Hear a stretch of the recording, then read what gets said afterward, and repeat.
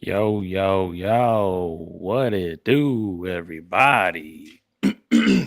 Excuse me. We back. We back, people. Um, Bear Down Breakdown is back. Season 2, 2023 season on deck. It's been a minute. Um, you guys might be noticing Bruce is not on the other side there. Not the same skin complexion. So easily to not get them confused. But if you don't follow us on social media, you missed out on the announcement. But yeah, we got a new co-host. Bruce kicked him to the curb. Had to do it because he's just no, I'm just kidding. Didn't do that. It's just an addition. It's an addition to the team. He goes by the name of Dom, Mr. Dom Cagney. Welcome to Thank the you. Thank you for having me. Bear Down Breakdown family. Yeah. So basically, long story short, I don't want to get too into it. I'll probably record a video and post it on our socials just to go into more detail. But Bruce is not kicked off the podcast. He's still very much involved. He will jump on when he can. He's a busy man. His son is playing football now. He got games on Saturdays and Sundays. He travels a lot for work. So he was like, he suggested it. He was like, "Yo, E, let's get someone else on, and I'll jump on when I can." And I was like, "Cool, I know the perfect person because me and Dom been chopping up Bears football for the past 6 months. I want to say Yeah, we met each seems other like at work. longer. Yeah, I know it seems very long, but we met each other at work a lot, like me and Bruce did. And yeah, we just can't get any work done because all we do is talk sports. It seems like um, so yeah, a lot like the way me and B started recording. We were just like, "Yo," or I was just like, "Yo, Dom, like, just jump on, bro. Like, you know what you're talking about. You're a huge fan. Obviously, he has the three goats up there on the back wall in Devin Hester, Patrick Kane, and Jake Arrieta. Huge sports fan. He trust me, like me and Bruce talk about it all the time about how we're picky of who we have on the podcast, just guests in general, let alone adding a whole other co-host. You got to know what you're talking about. And our good friend Dom knows what he's talking about. So we were honored to add him to the roster. Um, three three heads are better than two, I would say. So whenever Bruce has time, he'll jump on to be a three of us chopping up Bears football. I can't wait for that either. But he has our blessing. He's very much involved. He's not kicked off, but for now, for the foreseeable future, Dom will be joining me on Sundays to talk Bear football. Um, Dom, so the Yes, sir. tradition that me and B have is usually we'll jump on the podcast, um, and I'll ask Bruce like, "Yo, how you doing? How's life?" And we just catch up, just talk about life before we talk about sports. But this being your first episode, I'm not gonna do that, and I would rather you just introduce yourself to the viewers, the listeners. Tell us, where you're from, how you became a Bears fan, and all that. Well, start off by saying, Eli Bruce, thank you for having me. I know when it comes to your creative babies, having somebody else involved is it's a lot. And I know that I'm a musician myself, spent hours in the studio trying to get input from somebody else. I don't always take so kindly. So I know what that's like. It's an honor to be here. I appreciate it. But with all the pleasantries out of the way, I'm Dom. You could call me Dom Cagney. I'm from the Chicagoland area. I've been a Bears, Bulls, Hawks, Cubs fan my entire life. Yeah, Um, buddy. I've witnessed I've witnessed the championship from all of my favorite teams except the Bears. Mm. So that's the one that I'm most passionate about at this point in time. I would say my first memory was probably not my first memory, but my strongest memory of the Bears was probably that 2010 team. That Mm, that was when I really became like a super fan. I was a fan in '06, but I didn't follow it as closely as I did in 2010. mm, 2010, that was that Cutler, mhm. Hester, Forte, Knox. Urlacher, They had Briggs, Urlacher, Peanut, Briggs on the other side. Jennings, let's not forget. Tim Jennings. But Yep. man, they had it all. But yeah, so I've just been a huge fan and honestly gaining steam as I get older. I'm Hmm. just a bigger and bigger fan. So Cool. Cool. Cool. Well, welcome aboard. Happy to have you. Um, and yeah, we'll like I said, I'll record a video probably at some point, just kind of going into more detail as to what's going on with the podcast because I know it's been since March since we we've put out an episode, so it's been a minute. But of course, we had to, as crazy as life is right now. I'm going through a lot of transition as well. My wife just got a job. My son is going to school. My mom, who used to live with us, just moved out to another state. Like it's just there's a lot going on in my life as well. So, um, but this is a very, very, very anticipated season.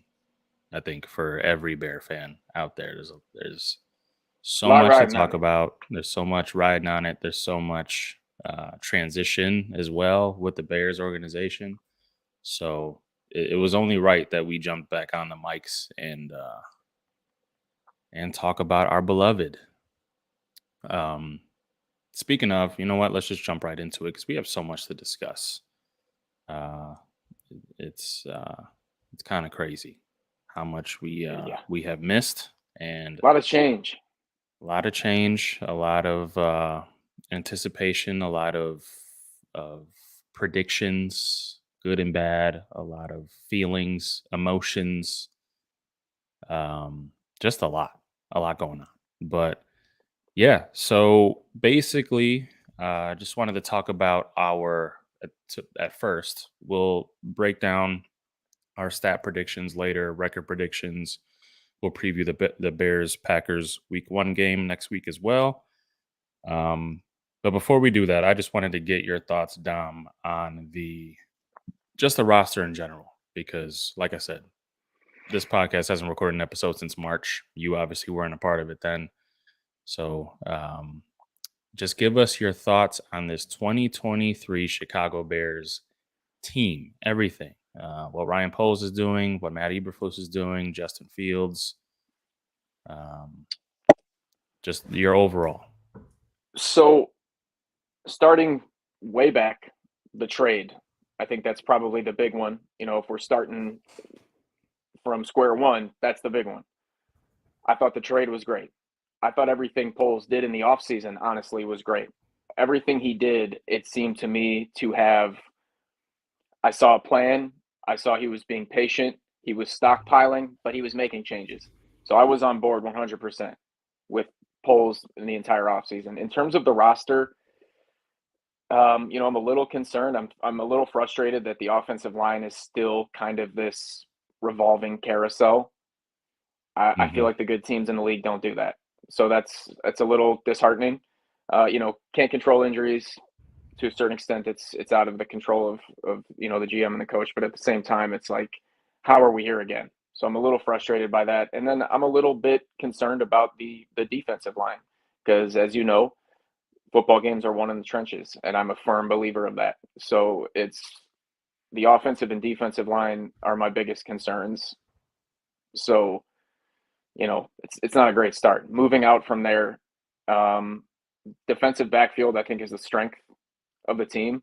Hmm. You've got Brisker, Tyreek Stevenson, got Jalen Johnson on the other side. The depth seems to be a strength there, which in Hmm. the previous regime, late in the later years, 2019, 2020, was not the case at all. Hmm. So obviously, I don't want to leave out Bojack. So you've got depth there. Linebacking core seems to have been completely overhauled. That seems to be Flus's bread and butter. He seems to be a quintessential Bears coach linebackers are what get him going. Like he Hmm. clearly, like Atlanta, whatever his name was, they cut him. Flus picked him up right away. That's his deal. So I don't even, JT Edwards, hometown guy, Tremaine Edmonds, the big offseason acquisition. I'm not huge into paying linebackers in 2023. Doesn't seem to be the way that a lot of championship teams are doing it. But hey, you know, and then onto the other side of the ball, I like what he did. I Claypool last year, a bit of a head scratcher, but I've kind of come full circle on Claypool. At first, I was, what are we doing? Then he really didn't give me much confidence. And lately, I've kind of come around on him. I don't know why. I think maybe the team's faith in him. I don't know what it is, but obviously he's doing something right. DJ Moore, what else needs to be said? Darnell Mooney, he got huge somehow Hmm. in the offseason. I Bulked up. really am looking. Yeah, he did. I'm looking forward to seeing his, maturation because I've always been a huge Mooney fan. Just his name, like it sounds Darnell Mooney, like it sounds Yeah. like a star wide receiver. And then last but certainly not least, JF1, QB1, Himothy himself. That's the big question for me. That's the big one. And I want him to be the guy. I really do. But um, I think he's a question mark at this point. Mm. Yeah. Bears fans won't be happy to hear that. I know. I'm sorry, guys. 'Cause I love him. I want him to be the guy. I celebrated when he was drafted. I love him. I want him to be the guy. I'm rooting for him. I just don't know that I'm a believer yet. That's where yeah, I'm at with it. and that's perfectly fine. Listen, this whole uh this whole if you ain't all in, you're not a fan stuff that goes on social media is just a bunch of bull crap. Like I'll shout out to my brother Jason. Says the Bears, we going to the bowl, put a hundo on it. I might take you up on that, bro. That's my older brother, Jason. What's up, Jason? Thank you for watching, big bro. Um I lost my train of thought. What was I talking about? Justin Fields? Yeah, if you're not all in, you're Oh yeah, you're yeah, all yeah, yeah. out. Yeah. The whole he is him, and I've tweeted that out too. He is him stuff. I Oh, me get too. it. I get it. No question. But this whole if you ain't all in, you're not a fan stuff is just a bunch of bull. Listen, if it very well could be that Justin Fields is not the guy. Let's just be real. Let's just be real. It very well could be. Um, I'm hoping that it is. I have optimism that he is. I think he has all the intangibles to be the guy, but he still has to prove it though. He still does. And any He criticism that we say on this show does not mean that we don't believe in him. Does not mean that we're not Justin Fields fans because we are. But that's just the reality of the situation. Yeah, Um, I just when I say what I say, I trust me. I want him to be the guy. I'm rooting for him. yeah, I still have to see it. It has to translate to Sundays, is what I'm saying. That's all. right. And I think that's a very, very fair assessment of QB1. But yeah, I agree pretty much with everything that you said. Um, the philosophy going into this year is was an interesting one. Obviously, it's the second year of a rebuild for Ryan Poles and Matt Eberflus. Um, they their Ryan Poles and Matt Eberflus's construction of this team it's been interesting to me because I thought, especially Ryan Poles being a former offensive lineman, that they would build from the inside out, but it's kind of been from the outside in. I was hoping that they would address the center position, and me and you talked about it at work, Dom. That's been interesting how they've handled that and handled Cody Whitehair, starting him off in center, telling him, yo, dude, you're going to be a center this year. Don't worry about it. And then as soon as something happens to Tevin Jenkins, they slide him over to left guard. And now who's going to be the center? I don't know. Maybe it's going to be that new kid, the mullet The kid or that we. or Doug Kramer from my high school. I know his grandmother. I'm rooting for you, Doug. Yeah, He's an I'm option. rooting for him He made the too. 50, he made the 53. So Yeah. he's a The little thing is, undersized, but his technique is there. yeah, and I thought he played solid in the game before he got hurt as well, I did too. in the final preseason game. But I was listening to Hogan Johns this morning, and they were talking about how they think it could be the new kid from or the new dude that we traded from Miami. Feeney. Yeah, Dan Feeney, is that his name or something like that? Yeah. Yep. They think it could be him starting week 1. I don't know. That Yikes. doesn't make sense to me after you have 3 centers on the roster, okay? You have Cody Whitehair, Lucas Patrick, who we signed last year as a free agent to be our starting center, and Doug Kramer. You have 3 centers on the roster, and you might be starting the guy who just walked in the door 4 days ago. I don't know. Yeah. Yeah, offensive line has been really interesting, and defensive line been very interesting. The whole uh, training camp roster cuts, letting go of Travis Gibson and Terrell Smith, who were your by far your best pass rushers on the roster. They showed it in the preseason. They put in the work. They produced. Matt Eberflus mentioned something about scheme fit. And to me, you can throw scheme fit out the door if the guys are producing. Like if they're if they're obviously getting to the quarterback, who gives a damn whether or not they fit in your scheme? They're getting It's to the I mean quarterback. it That kind of should gives that's what a defensive end, pass rushing defensive end is paid for to get to the quarterback. um, I mean we've Especially had in coaches. 2023 football. Like that should be top priority. But I guess Matt Eberflus kind of uh, he values run stopping defensive ends, guys who can also stop the run, I guess, a little bit more because they went ahead and claimed, uh, what's his name? Kahari Green or something like that. Yeah. I forget his name, but he's a defensive end who's really good at stopping the run as well. So I don't know. Yeah, I guess they value run stopping a little bit more than getting to the quarterback, which is interesting to me in 2023. But Uh, it's not my job. I'm not the GM. I'm not the head coach. I guess we just have to put our faith in Ryan Poles and Matt Eberflus that they know what they're talking about. They know what they're seeing. They know what they're doing. I guess is what we have to put our faith in. I saw a stat that was really interesting and kind of exemplifies how much Ryan Poles is putting his stamp on this roster. Shout out to Jason underscore OTC. He's on Twitter. He's the one who tweeted this stat out. But it's the percentage or teams with the lowest percentage of players who were on the team last year. So basically the teams with the highest percentage of newcomers this year compared to last year.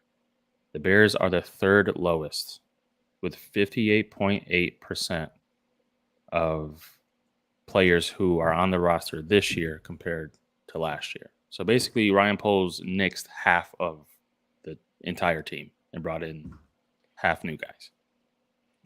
Are they? Um, My question is always: are they Poles guys or are they Flus guys? Because Flus seems to have a very strict and rigid. It's his philosophy. Poles he's just doing the shopping. Like I wonder sometimes because some teams, some organizations, the GM is just like title only, and the yeah, coach is really he's the one with the type, so to speak. And right. a lot of it seems to be Flus, in my opinion. Yeah, I mean that's an interesting question. I I'm not sure. I think Ryan Poles is also very. Poles seems like he has his type as well. Like, and Yeah, he he does sticks for to sure. it. And um, I would like to think that they're doing things very differently, so they are actually on the same page. Unlike other, unlike previous Bears GMs and head coaches, Ryan Pace drafting a quarterback that John Fox didn't even know he was going to draft, Didn't call and him on draft night. in Mitch Trubisky, yeah, that was interesting. But yeah, I would like to think that these guys, especially with how differently they're doing it, they're on the same page. Yeah. But yeah, it's been interesting how they've decided to stamp Ryan Poles, Matt Eberflus, whoever it is, putting their stamp on this roster. Um, I'm not sure. They've done it though, big time. Like, Yeah, 100%. yeah, like it's been impressive in some ways. That I again, I hope it translates to Sundays. But like I said, in the off season, I was like, okay, I like this. Okay, it seemed Hmm. smart, calculated, eyes to the future, not giving up a lot. Value picks, and that it's the polar opposite of our last regime, big time. But there are some concerning, tendencies or similarities, or I see between Flus and Nagy, where you're forcing guys into a scheme instead of forcing or molding a scheme around guys. Yeah. But it's also early. Yeah. Yeah. It is very early days. We haven't even hit week 1 yet. So, Yeah, like I said, we just have to put our faith in the fact that, Ryan Poles and Matt Eberflus, and I've said this for the past, I want to say like 4 years, but I almost want a GM to work in a way that makes me question whether or not they're doing things the right way, because I want them to be smarter than me. I want them to be 2 steps ahead of me. I don't want a GM who either does a bunch of stupid stuff and us fans are seeing it, but they aren't. Just look at the Chicago White Sox. Um, and I also don't want a GM who I agree with basically everything they do, which was Ryan Pace. I freaking loved everything he did and didn't work out. So yeah, I almost want a GM that's smarter than all of us. And he does things in a different way. And I almost respect it because he has a plan. I feel like he's stuck with it.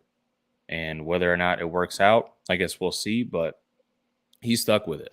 And I feel like it's creating a lot of divide in the Bears fan base, which I think is a good thing because uh, let's just hope he's smarter than the rest of us because that's how it should be. yeah. Oh, I mean, he's cold, he's calculated, he's rigid, and he's sticking to it. That I respect. He's not going to get caught up in emotion or in the fan base if fans are clamoring for something. He's not going to do it Right. unless it's his game plan. So I respect that, and he seems cold blooded. So Yeah. that you definitely need. Yeah, for sure. All right, let's move on to our next topic, and we are going to discuss a a stat projection that Mike uh, Mike Clay via ESPN. He basically put out specific stat projections for every player for every team. Um, and I want to get your thoughts, Dom, on some of these projections. And basically, I just want you to tell me an over under. And if you have a specific prediction, give it to us. Um, but I'll just throw a couple guys out there, and you tell me whether or not they'll these projections would be over or under according to your opinion. Let's start with receivers. Um, okay, so Mike Clay has our wide receiver one, DJ Moore, who I think everyone is very excited about. He has been playing 15 games. Uh, wow, these are very low. He has 64 receptions for 936 yards and 7 touchdowns for DJ Moore this year. I'm going with the over because if that's the case, something went wrong. I'm just saying, like, he had over 1,000 yards with the quarterbacks he had in Carolina. So Hmm. I would hope that So over on receptions, over on yards, and over on touchdowns as well. yes, yeah, Okay, yeah, I agree. cautiously and concernedly. Like, I hope they're more than that. Yeah, I agree. 64 receptions is very low. Um, and based on the reports from camp that I've seen, Justin Fields really likes DJ Moore, and understandably Yeah. so. And even targeted him on some passes that maybe he shouldn't have targeted him on. So I feel like he's going to force DJ the ball a lot this year, even on maybe on some throws that he shouldn't be forcing the ball to him. So yeah, 64 receptions just seems so low. I'd be Yeah. interested to see what actually. I'm pretty sure I placed a future bet on DraftKings for DJ I Moore. would I think his receiving yards were like 800 and something. So even Las Vegas got DJ Moore got like way lower than that. Um, yeah. And the catches too. I mean, I'd have him in the 80s. yeah, I would even say 90s. Like Yeah, like 80s if on he the low end. yeah, if he plays 15 games, and only misses 2, yeah, I think he's playing. I think he's catching over 90 balls. Um, let's just go wide receiver 2, and we'll end it at those for the wide receivers. But they have Darnell Mooney at 56 for 704 yards and 5 touchdowns. Again, the catches seem low, but the yards kind of seem high. So for Mm, wide receiver 2 in the 700s, touchdown sounds about right. I mean, 5 can I go tutties. even? That seems kind of fair. Like Yeah, yeah. I think that's fair for Darnell. that's like a reasonable prediction in my opinion. I would say maybe the yards might be lower, but not by much. Yeah, I mean his yards per catch last year were pretty high. Yeah. So I feel like if he does have 56 receptions, I feel like the yards are even going to be higher than 700, just because he's such a freaking deep threat. Um, If we've so got two I receivers hovering around 1,000 yards, I'll be thrilled. yeah that that would be great. Yeah. Let's go Cole Kmet. So they got Cole catching 54 passes for 582 yards and 4 tutties. What you got? How big of a year you think Cole's the another one. guy? I'm just like so on the fence about. Um,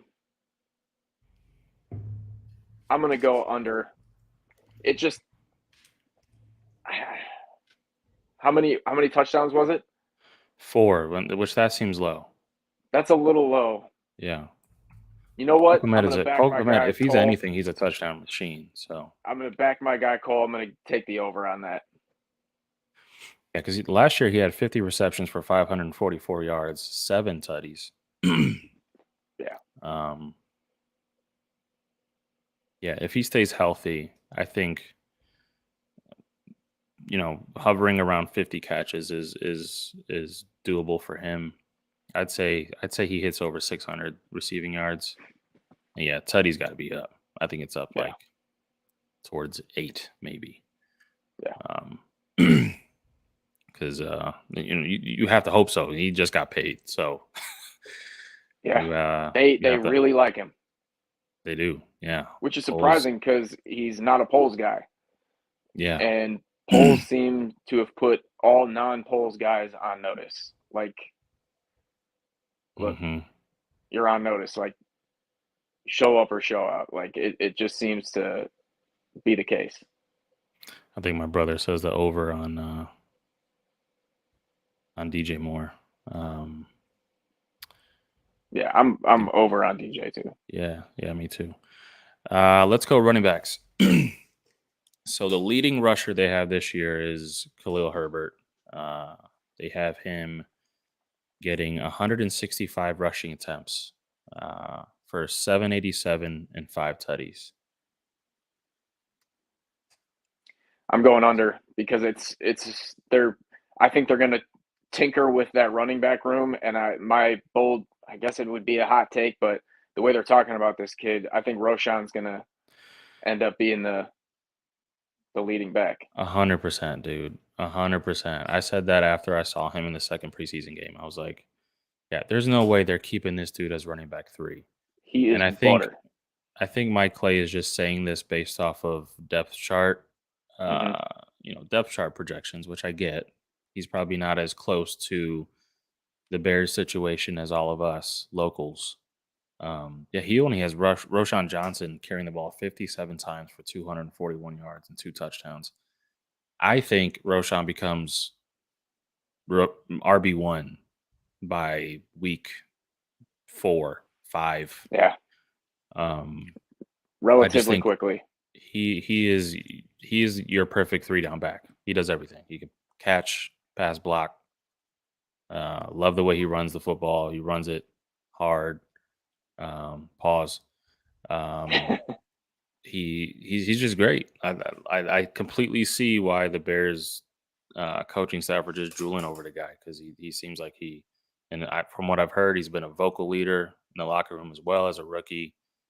Um, yeah, I think he leads the the running back room in carries by the end of the season. So, Yeah, me too.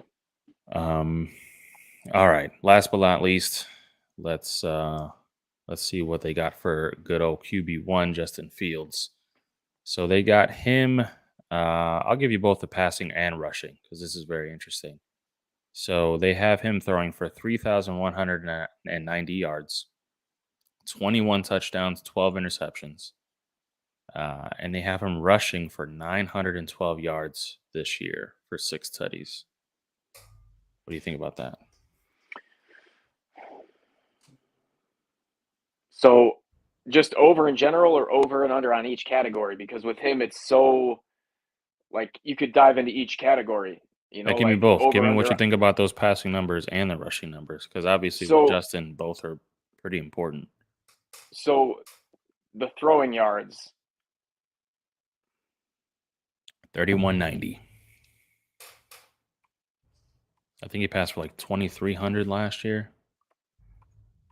I'm gonna go under. I don't think it's gonna be part of the Under offense. 3,190. Yeah, Wow. because here's the thing. If you have the weapon that you have in him, why not use it? I think he's going to throw bombs. He's going to do, and this is what I don't understand. It just seems to why try and force something that's not there. You know what I mean? If someday it is great, but it seems to me that he's impossible to stop when you lean into what he does well. So if you're going to have a guy running that much, I mean, I don't know. Yeah. Let me see here. Trying to see what Lamar Jackson put up because I was actually just going to ask you that was what was uh, Lamar putting up in the air when he was running yeah, that much? I'm looking it up right now. I don't know why. Here we go. Okay, so last year, how much did Lamar play? 12 games. Okay. Yeah. So last year in 12 games, Lamar threw for 22-42. So he missed 5 games last year. And then the year before that, go away ads. The year before that, Jesus, he played in 12 games again for 28-82. His yards per game average, I'm trying to see like an average. He probably would have hit 3,500 yards passing if he would have played What a was full his season. MVP season? That was 2018, 2019, I think. 2019. 2019, he played 15 games, threw for 31-27.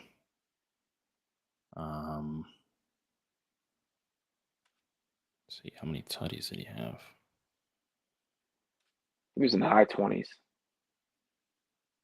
Jesus, why can't? For some reason, it's not showing me his touchdowns. Yeah, that's weird. Why isn't it giving me his touchdowns? Anyway, yeah. So in his best season, he threw for 31-27.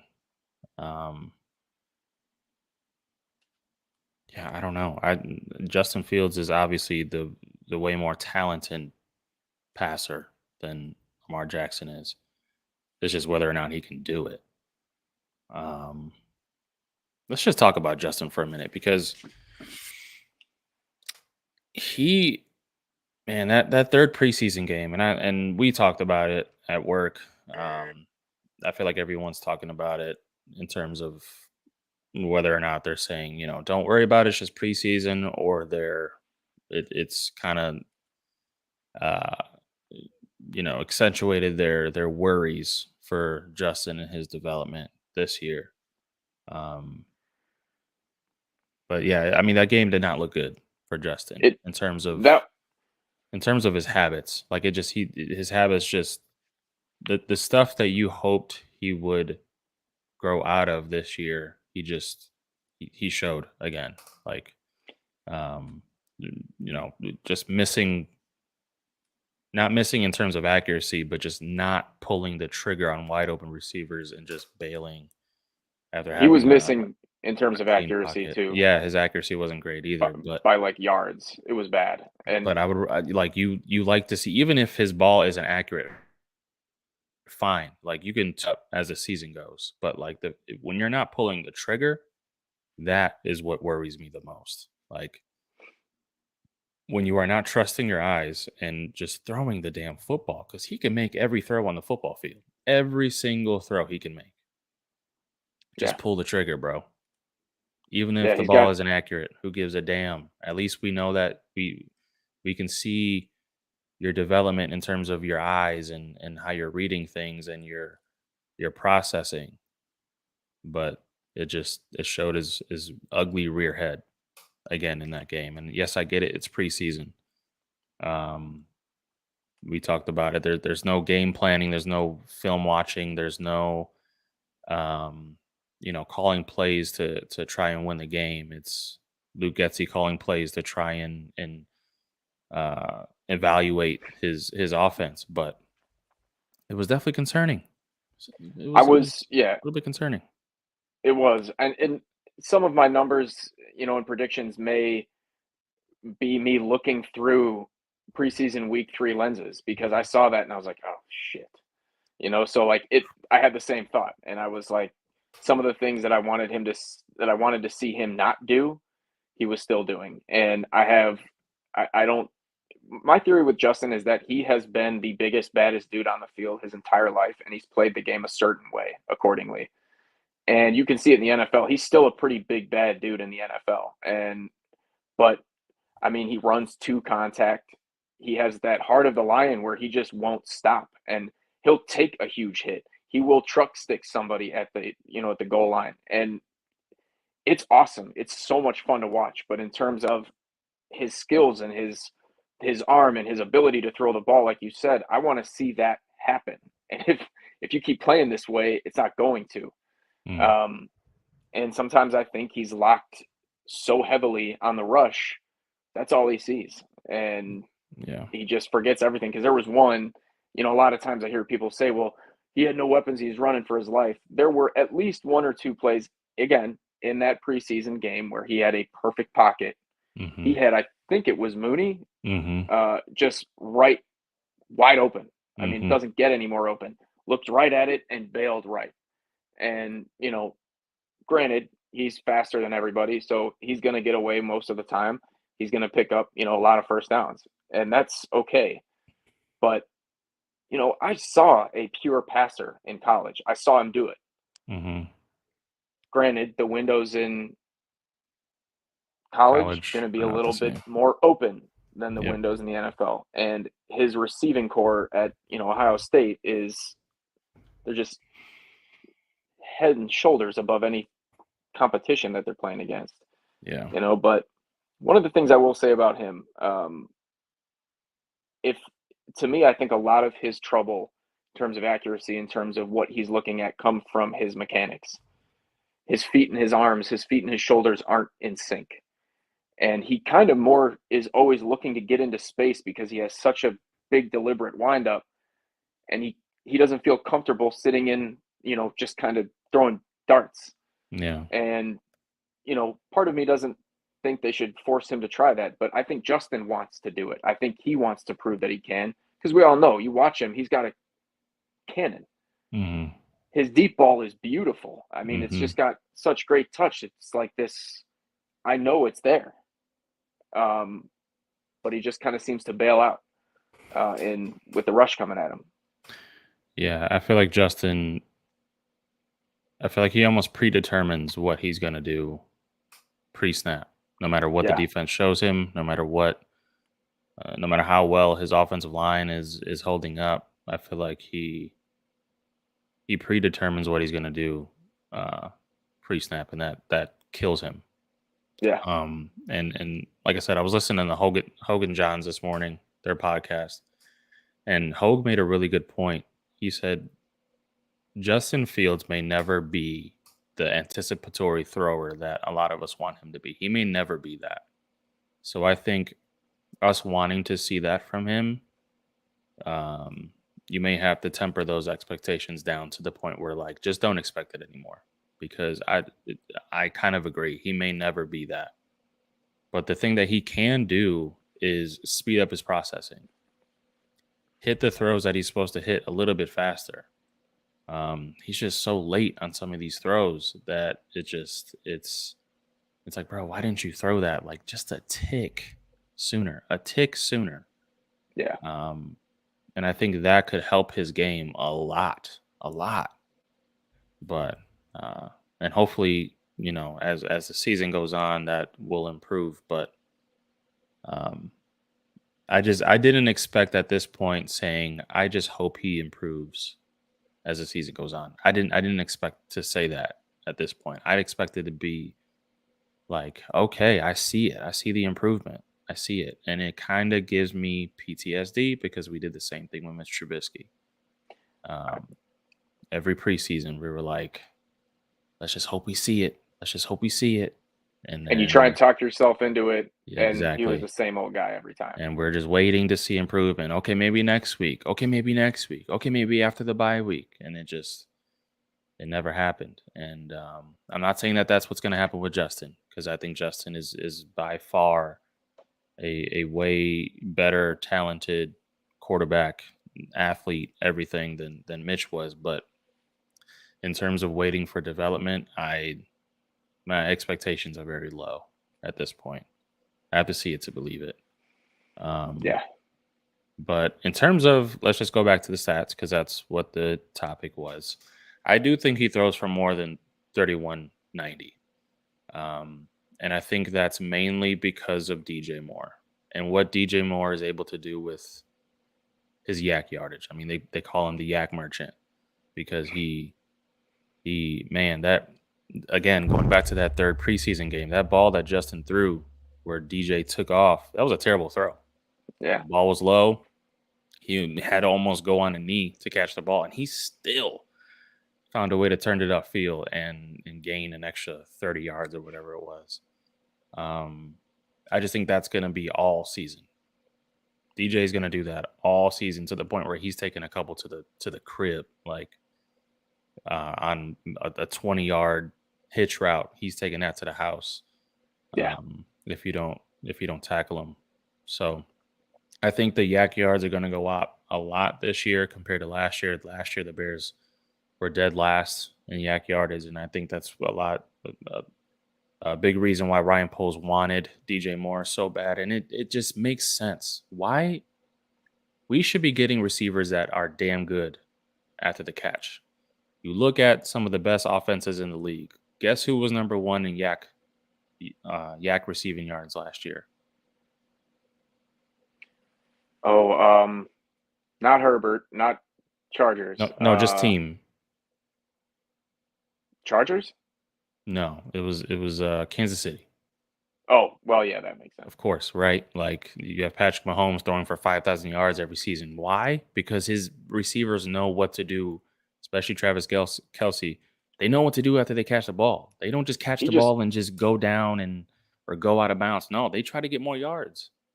Yeah. And that's every quarterback needs that. And I think DJ Moore is going to provide that this year. So I'll take the over. I think he throws for over 3190. I hope mainly so, man. off of the back of DJ Moore. I really, really hope so. And that's again, I want to stress that I am no Justin Fields hater. I love the guy. I want him to be the guy. Yeah. I think for him to have success, it may have to be different. And I just hope that this regime isn't so resistant to that. It Getsy proved to not be. Last year, couple games, it was not working. Mm-hmm. And he was just like, ripcord, nope, we're not doing this. Yeah. So Yeah, it's gonna be interesting. But I'm banking on Justin. Like I said, I have an action figure of Justin Fields. I have a bobblehead.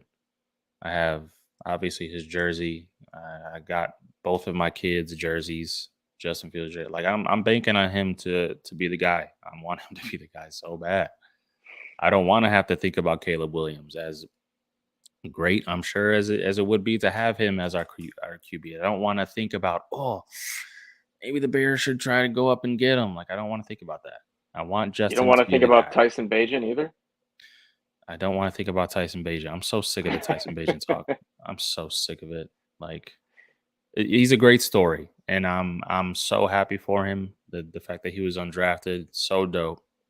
But like, he's going on radio shows. Like, since when are we bringing in backup quarterbacks as guests? Like, what?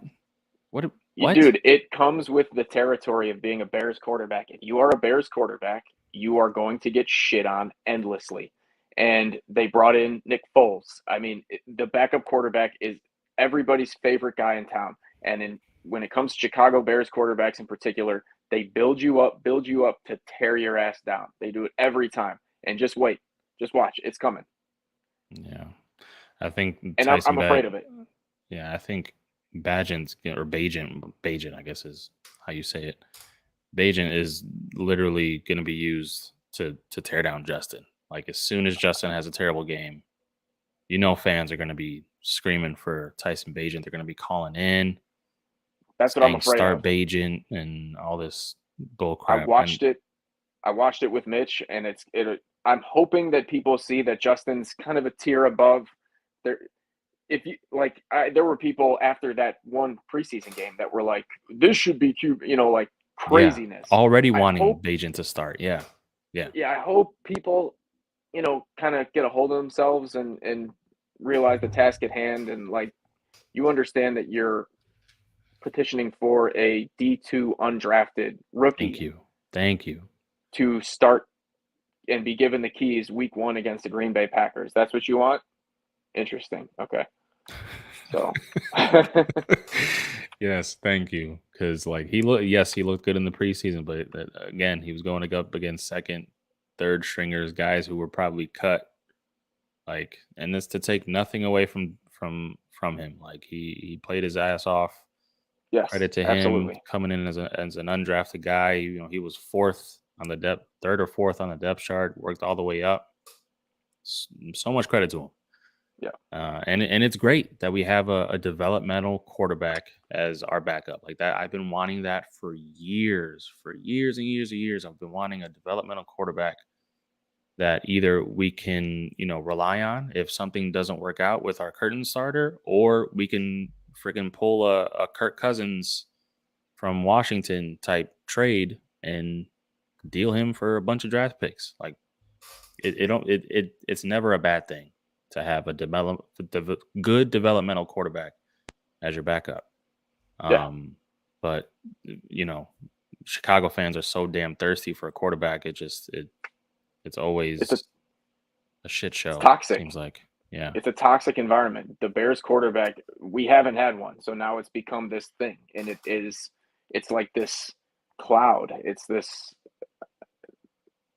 a whole thing, as yeah, they would say. yeah. But rooting for Justin to have a big year. So we'll see. Definitely. We definitely shall see. Um, Give me your record prediction. I want to know what you think the Bears.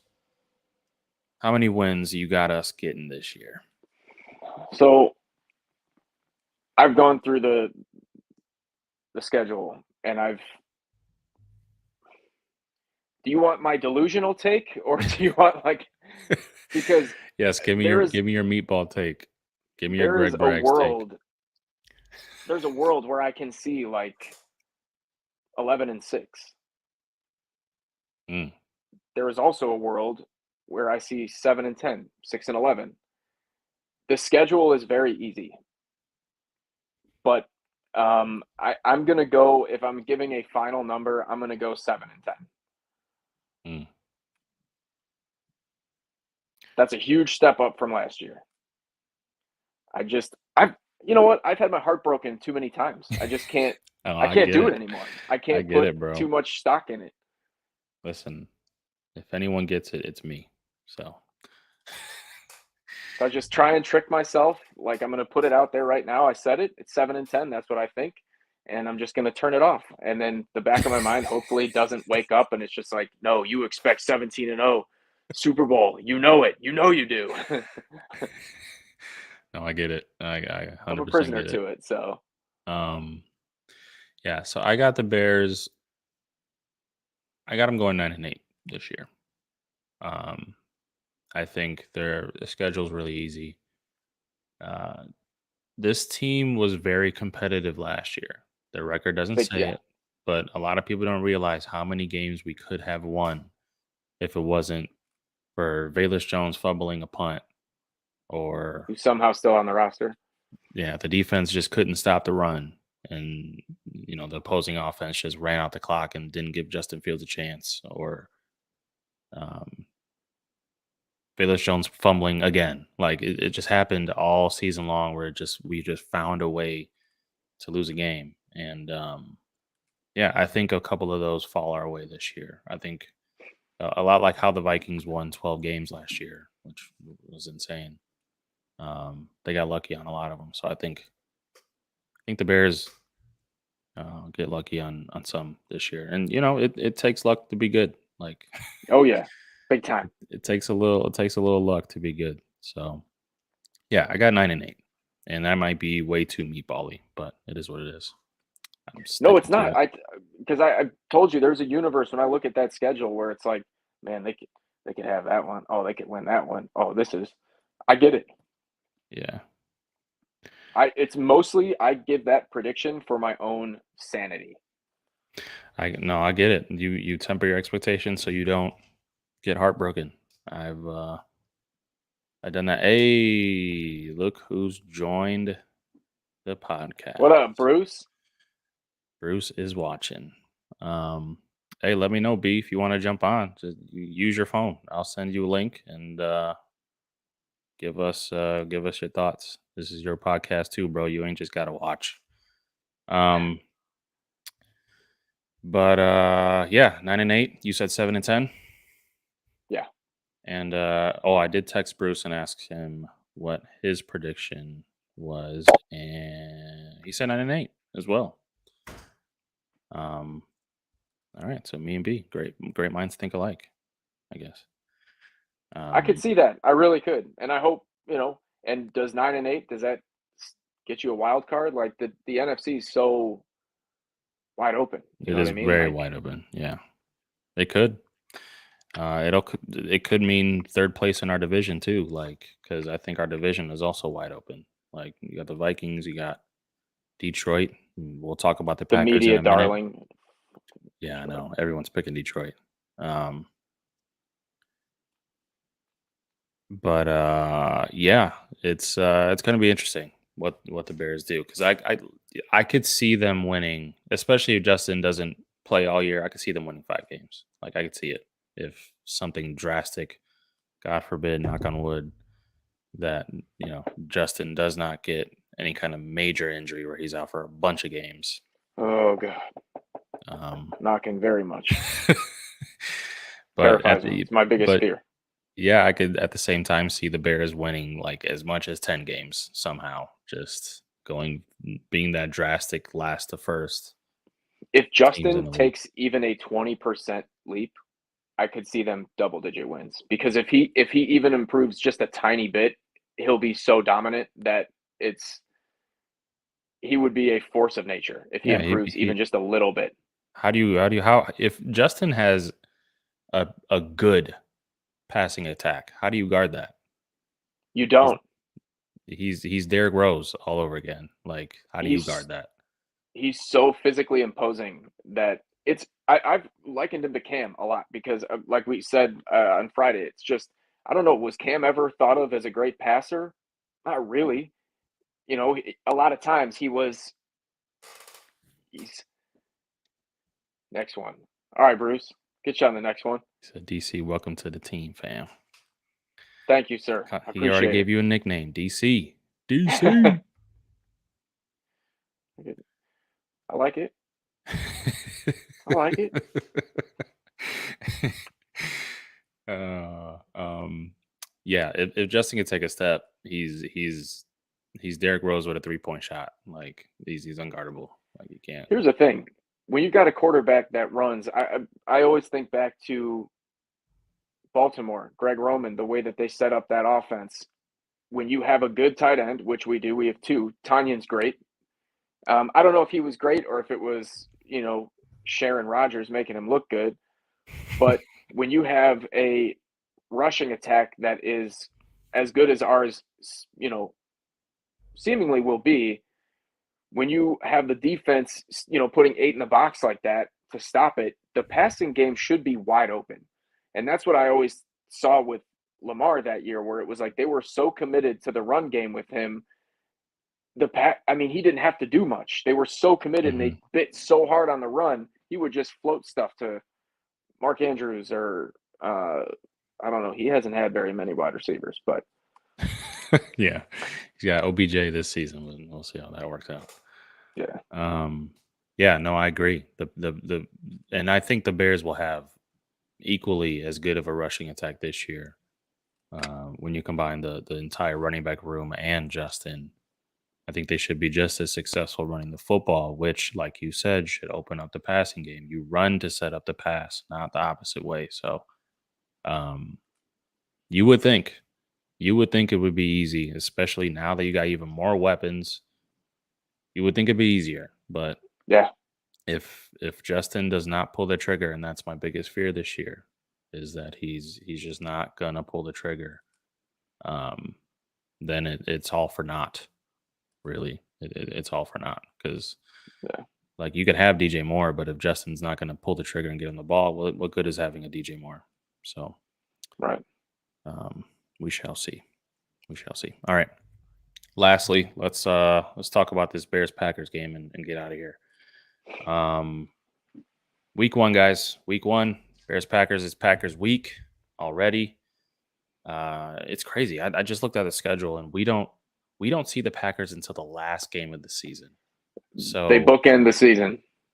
can you imagine losing this game and then not having to wait until the last game of the season to get our revenge? Like we have to win this game. It's going to be. We can you have imagine to win this game? Can you imagine Like what people are going to is say? Oh, remember how bad Week 1 of 2019 was? Very 2019. similar. Yeah, that's the thing I think about all the time. Is we were so hyped, we were ready to take over. We had just won the division. We were ready to bury Aaron Rodgers in the ground. And yeah. But 50 it's a true new pass era. attempts. Yeah, new era. Don't even get me started. New era up in Green Bay. And speaking of putting stock in a preseason, man, people are just eating up where Jordan Love is doing in the preseason right now. Like you got Ryan Clark on whatever show he does. I forget what show he does, but he's out there saying that now Jordan Love is better than Justin Fields. He would rather have Jordan Love than Justin Fields. Which granted, Jordan Love has looked good in the preseason, but again, it's the preseason. I've made the mistake of putting too much stock in preseason, like good and bad. So I'm not putting stock into that. He's definitely. I still have to see it to believe it. But it does worry me a little bit, just a little bit. I am mildly, just a smidgen shooketh. Yes. Yeah, same. And it could just be PTSD with us because they've had 30 years of Hall of Fame quarterback play. So even though it is a new a new era up there in Green Bay, it's still freaking scary.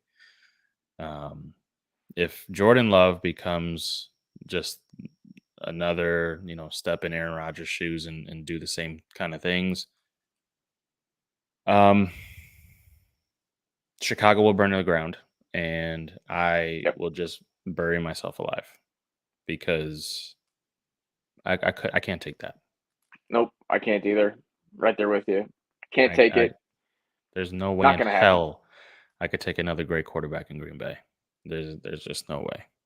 And we just Um, continue to toil in obscurity with our search, our endless search. But no, Justin's the guy. He's the one. yeah. Um, but yeah, so you got the Packers coming to Soldier Field, which I think is great because I feel like every time we play the Packers, especially in a season debut, it's always in Lambeau. So I'm glad they're coming to Soldier. Um, it's going to be a 3:30 game. This is going to be a national game. Everyone's watching. So it's no pressure, Justin, but we definitely need this one. What are your thoughts on this game? I'm with you. It's got to be. We got to win, but yeah, I think you immediately go to the quarterbacks, and that's kind of the natural thing.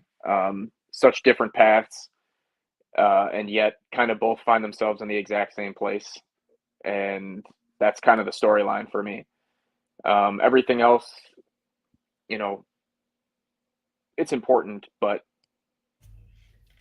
when it comes to Bears Packers and the history, like that right there, like you kind of want to see, is this going to be, a duel for the next 10 years? Like, is this going to be something we're going to get to see more of, or is it a house of cards, you Hmm. know, Yeah. for both of them? And, I've seen Jordan Love look horrendous, and I've seen him where I've been like, okay, but it's always been in mop up duty or preseason. So, Right. um, we shall see. Yeah. Yeah. Yeah. I'm looking forward to seeing what Jordan Love can do because all I keep hearing and seeing from Packers fans and local beat writers and stuff is that Matt LaFleur, who I have a ton of respect for, and I think he's an underrated coach, wasn't able to fully uh, dive into his system just because of how much Aaron Rodgers had, uh, um, say over what they did offensively. And if you watch Hard Knocks, you can completely understand that because Aaron Rodgers basically calls the shots offensively over there. Um, but yeah, it's going to be interesting to see what Matt LaFleur does with Jordan Love and how they game plan and what their offense looks like now. But yeah, if Ngakwe can show up, and I'm hoping he does, um, and they can get some type of pressure on Jordan Love and make him uncomfortable, I think it's going to be a Bears dub uh, on Sunday. So that's kind of what I'm banking on, and I think our offense. I think it's going to be a good game. I think it's going to be a close game. Um, but damn it, we better win this game. Like I cannot fathom Jordan Love outplaying Justin and winning this game in Chicago. It would be Like, bad, very, very bad. yeah, I can But already you see fans calling for Bajan after if that were to happen. you mentioned my biggest fear is the pass rush because most professional quarterbacks, if you let them get comfortable, they will pick you apart. Hmm. And we don't have a pass rush. I would be a lot more comfortable if Travis Gibson was still there.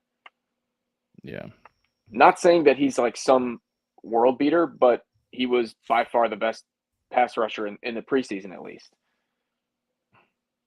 And I yeah, don't and think I we don't just think haven't we're seen anything from Ngakwe. Obviously, he was a late addition to the roster. We haven't seen anything from Demarcus Walker, who was a free agent acquisition this offseason, but he didn't do anything. I don't. Did he play in that last preseason game? I don't think he did. if he did, he didn't make himself known. Um, yeah, they didn't do much. So, um, what they can do in a game that actually means something and they're not, held up to some kind of snap count because Matt Eberflus is just so damn paranoid to get dudes injured. Um, I don't know. We haven't seen it yet. So um, I don't know what our pass rush can do. The whole entire defensive line is completely revamped. We got those 2 rookies that we drafted in the second round this year as well. So yeah, it's going to be interesting to see what they can do. But I feel like with Jordan Love, this has been his first start. He's looked poised in the preseason, but again, that's preseason. So I think it's not going to be hard to rattle him, but we have to get there. Like we we have to make him uncomfortable. So Yeah. and if they can generate even just a little bit of a pass rush, I think the strength of our defense is in the back 7. So Kyler Gordon, who I think is going to have a really good year. No one's talking about Kyler Gordon. No one. And he had a strong preseason. I think he's going to have a big year as a slot corner this year. Yeah, he's been impressive. Yeah, he's a athletic freak. I love his game, but that back 7, Tremaine Edmonds. You talked about the linebacker additions. You got Eddie Jackson, who's talking about having the best season a safety he's ever had in Chicago, which is that's big talk because he's filling some big shoes. Yeah. We've had some pretty damn good safeties here, but yeah, this game is going to be interesting. I think it's going to be a close game. Well, you have a score prediction? I'm going to go 28-24 Bears. 28-24 Bears. I like that. I'm going to go. I just think the Bears offense is going to look a little rusty. I think it's going to be a low scoring game. I'll go 21-17 Bears. 21-17. Hey, if we can hold them to 17 points, that'll be awesome. Yeah. I'm banking on just Jordan Love being rattled and this being his first game and slow start, and that's what I'm banking on. The same thing that I banked on last year, because I predicted the same exact thing with Trey Lance coming in. He didn't have a whole lot of experience. He missed his last game of college, or last year of college. I knew he was going to come in like with the lights a little bit too bright, so I predicted the Bears were going to win that game. Bruce is my witness, but yeah, I think it's going to be a little bit of the same. I think Jordan Love might look a little like the lights are going to be just a little bit too bright for the kid. Hope so. Yeah. But 21-17 is my prediction. Bruce I asked him what his prediction was as well. He said 27-23 Bears. So you guys got some points Bruce. On the board. I see the offense being kind of explosive in terms of a lot of running, just guys breaking scotch free, and a lot of yak. Yeah, that would be great. And Justin just running wild, because I can't remember where I heard it, where I read it, but they said a lot of people expect them to really try and get Justin into being a pocket passer, and that's just not the case. He's going to run wild. And to me, that's – you pick your spots to do it, obviously, but week 1 to get the fans fired up and feeling it, nothing gets Bears fans more fired up than Justin doing what Justin does. That's true. That is very true. All right, so dubs across the board here at Bear Down Breakdown. My brother Jason says 28-14. I'm assuming that's in favor of the Bears. So two touchdown lead there on the dub. I like that. That's a beatdown. Yeah, that's that would be great if we could like stomp on the Packers' throats in week 1. That would be amazing. I don't care how we do it. Let's just 35-0. Run it up. Put a 50 burger on them. Why not? That would be so glorious, and I would be insufferable. Yes, I have Packers fans friends, and I would be insufferable. Yeah, I think all of Bears Nation would be insufferable. It's especially be like on Twitter. Like, man, I I probably would get annoyed. It's just seeing all, it's going to be insane if that happens. But if the Bears or if the Packers somehow wipe the floor with us, like, man, like the I some can't. people are I going to don't show know. their true colors if that happens. It's Like, gonna get dark. yeah, real It is. dark. It will be a dark day in Chicago if that happens. Yeah, yeah, it definitely will. Um, all right. Successful first episode. I love it. Great Oh yeah. great discussion. Thank you to my brother Jason for chiming in. B, thanks for stopping by. Appreciate it. Um, Yes. but before we close out, we are going to end it with a segment that we do on every episode. And Dom, I gave you the heads up on this, so you already know what's coming. But the people who will listen to this podcast regularly know that we end it with a segment that we like to call Rec of the Week. And it's basically just a recommendation that we give.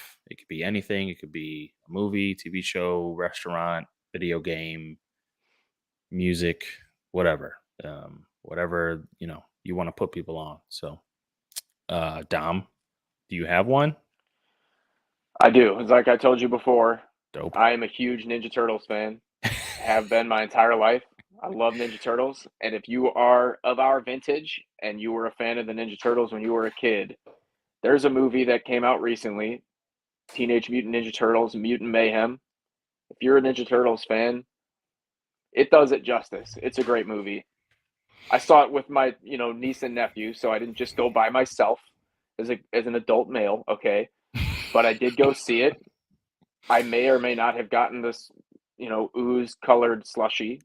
I may or may not have been wearing a t-shirt, Hey, Ninja Turtles if themed. you're gonna nerd it up, bro, you gotta nerd it up. You have to. You have to go all in. Yeah, and I'm not ashamed. You So, shouldn't be. I highly recommend it if you're a fan of the Turtles in any way. Um, I still have to it's see that just it's movie. great, and they pay homage to the original. If you're from that era, it'll be Yeah, like, oh, you know what, I like this one. So yeah, that's my rec. dope. Yeah, I gotta see that movie. I have a 6-year-old who probably would like it. Yeah. I gotta go watch it. My rec of the week a is an album by an artist that I had no clue existed. It is a rap album. His name is Grip, Grip. Uh, never heard of him until I came across this album on a playlist that Apple put together for me. Um, but the album is called Still, Still. It's got 11 tracks, so nothing Drake like where he's got 30 tracks on it. But it's just solid. It's very solid. I love the instrumentals. I love the lyricism, the flow. Uh, he's not a rapper that I've ever even heard of. I've never heard of anybody listen to him. But yeah, artist called Grip, Grip. Album is called Still, Still. Solid stuff. If you like rap, I think you will, and not that mumble rap stuff. This is actual rap with lyricism and, you know, you know, you're a music guy, you know. Oh yeah, I mean, Um, if you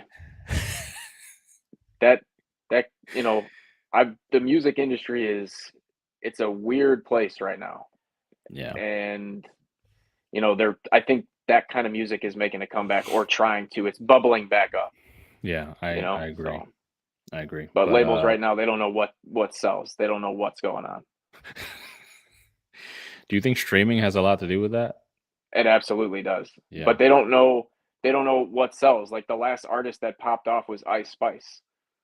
right. So you have labels that are afraid to sign artists because they don't know what's going to sell. So they don't want to put money behind somebody, and they're scrambling because they don't. It's like a weird. If you notice, not a lot of artists are dropping albums. They're kind of starting to again, It's but a lot of singles and like 2-song EPs and stuff. Yeah. yeah. So because they don't know, and a lot of artists who are from the previous generation, they have an image to uphold, and they don't want those whack numbers, so Right. they got to really put out a lot of ad money and a lot of hype to get that. You'll notice like even a guy like Drake is hesitant to put out the term album. They Yeah, all are. that's true. um, it's just it's a weird place right now. Yeah, that is very true. But anyway, that does it for us. Um, Thank you, Dom, for joining the squad and being willing to jump into this. I know it's a crazy. Uh, the podcast world is a crazy world now. When me and Bruce first started in 2018, there was a lot of podcasts, but it wasn't as popular as it is now. Yeah, So when we first started, it was kind of easy going, but now it's just like a full on thing. It's like you got to market yourself. It's kind of like the music industry, which is weird. Um, but yeah, we appreciate you willing to join the madness. absolutely. Thank you for having me. Of course, of course, of Big course. time. And thank you to anyone who tuned in live. We appreciate you so much. We do live stream. If you are listening to this on a podcast audio form, we do live stream on our YouTube page, on Facebook, and on Twitter as well. So if you want to catch us live, see our beautiful faces, we'd appreciate it. Um, but if you are listening audio, we appreciate you as well. Just make sure you subscribe, give us a review. That helps us a lot as well. Hit that 5 stars and write a little sweet. What do they call it? Sweet nothings. Write a little sweet nothing. Whisper sweet nothings in our ear. Yeah, whisper a little sweet nothing in the review box. We'd appreciate it. Um, but yeah, that does it for us. And hopefully, I'll be out of town next week for week 1, but I'm hoping to bring my podcast gear with me and still record an episode so that we can review this week 1 Packer game, and hopefully it's good stuff. Only good stuff to talk about, right? Because if it's a heartbreaker, I don't know if I can do it. I don't know if I can stomach it. Ruin your um, vacation too. yeah, Eesh. I know. Yeah, that'll be terrible. Anyway, again, thank you guys, and hopefully we'll talk at you next week. Peace.